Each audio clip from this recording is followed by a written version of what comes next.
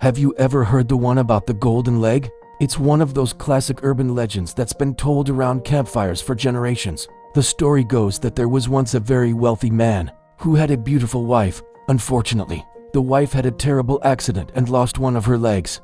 Being incredibly rich, the husband commissioned the finest goldsmiths in the land to craft her a prosthetic leg, made entirely of solid gold. It was a masterpiece, perfectly sculpted and gleaming, and she wore it with pride. One night, the woman passed away in her sleep.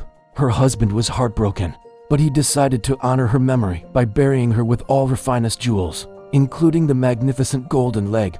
The funeral was a grand affair, and she was laid to rest in a sturdy mausoleum in the local cemetery. Now, the sexton of the cemetery, the man who looked after the grounds, had attended the funeral. He had seen the golden leg and couldn't stop thinking about it.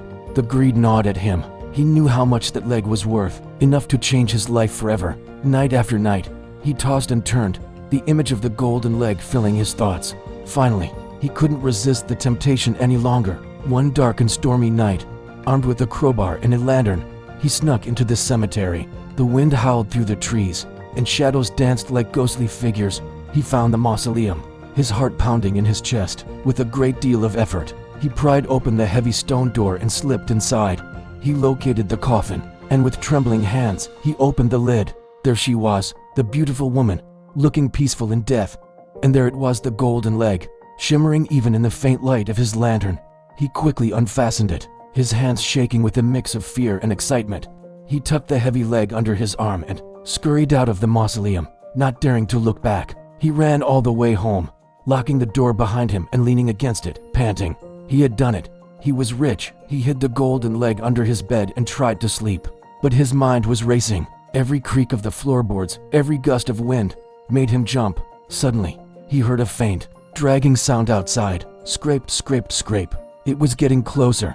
Then a voice, thin and wispy like the wind itself, called out from the darkness, "Who's got my golden leg?" The sexton froze, his blood turning to ice. The scraping sound continued, closer now, right up to his front door. Scrape, scrape, scrape.